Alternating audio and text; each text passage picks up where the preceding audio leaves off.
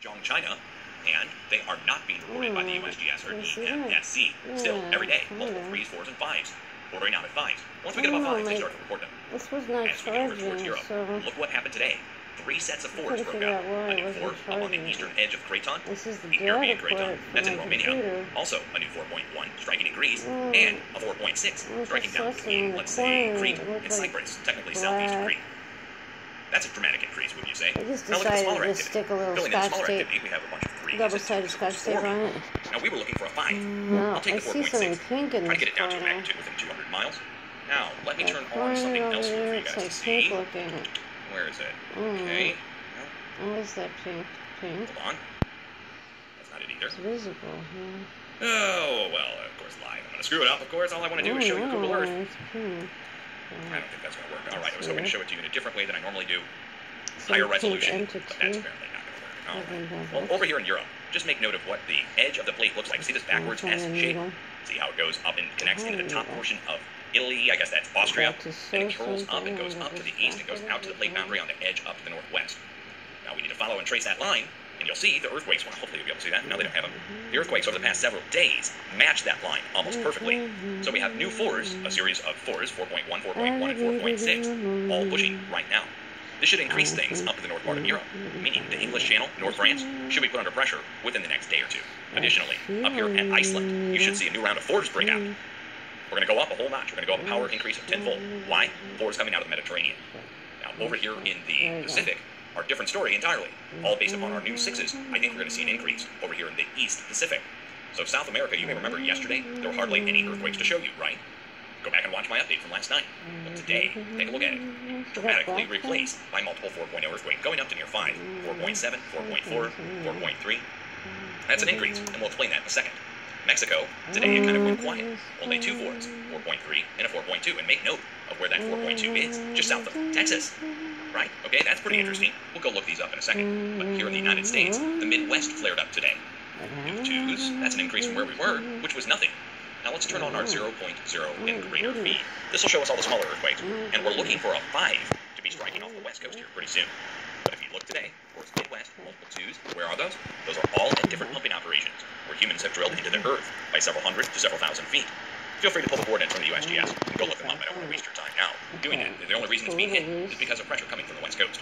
But what is pushing the west coast, I guess, is the better question you might be asking yourself. We'll explain that in a second, but first things first. All the warning signs are being sounded right now. 1. Earthquakes up in northwest Nevada and Bittner Butte. 2. Earthquake striking at your dormant volcanoes.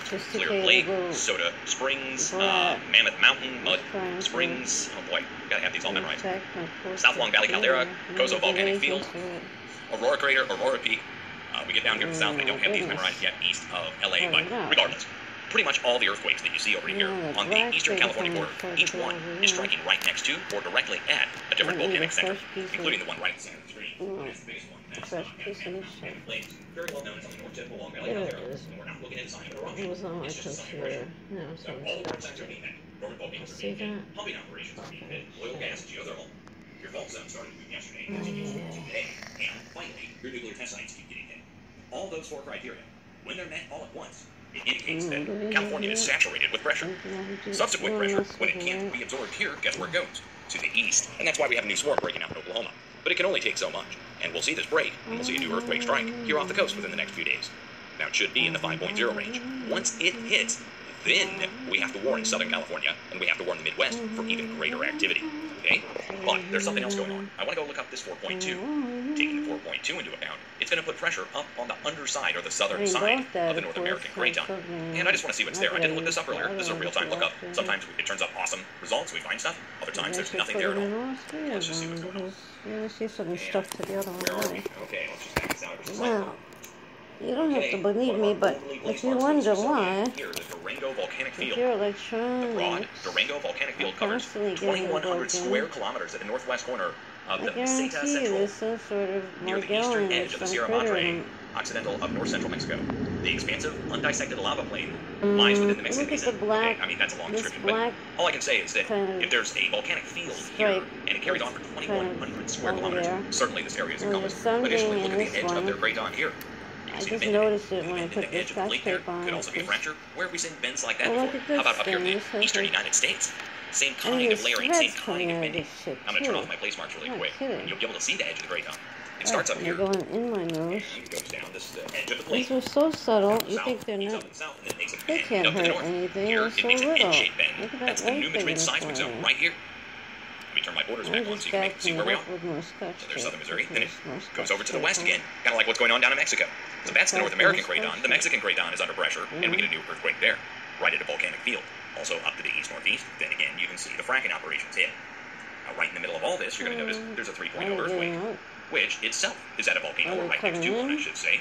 Let's go pull the coordinates on this. Now, you might wonder, where's the USGS on this earthquake? I mean, it could be a man-made event, right? I mean, the possibilities are there that it could be man-made. Let's just look. 15 kilometers deep, I don't know. 15 kilometers deep. Let's turn on my place marks. Here we go. Soda Lakes. Two lake-filled Mars, Soda Lake and Little Soda Lake, lie northwest of the town of Fallon.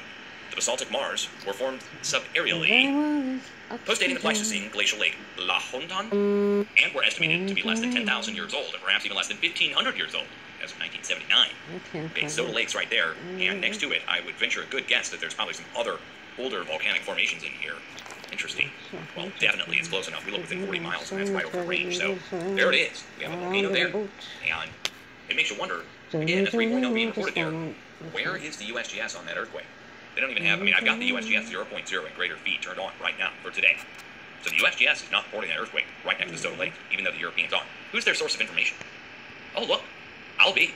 Well, source parameters provided by Western Great Basin, Eastern Sierra Nevada, University of Nevada, Reno. More information found at USGS NEIC.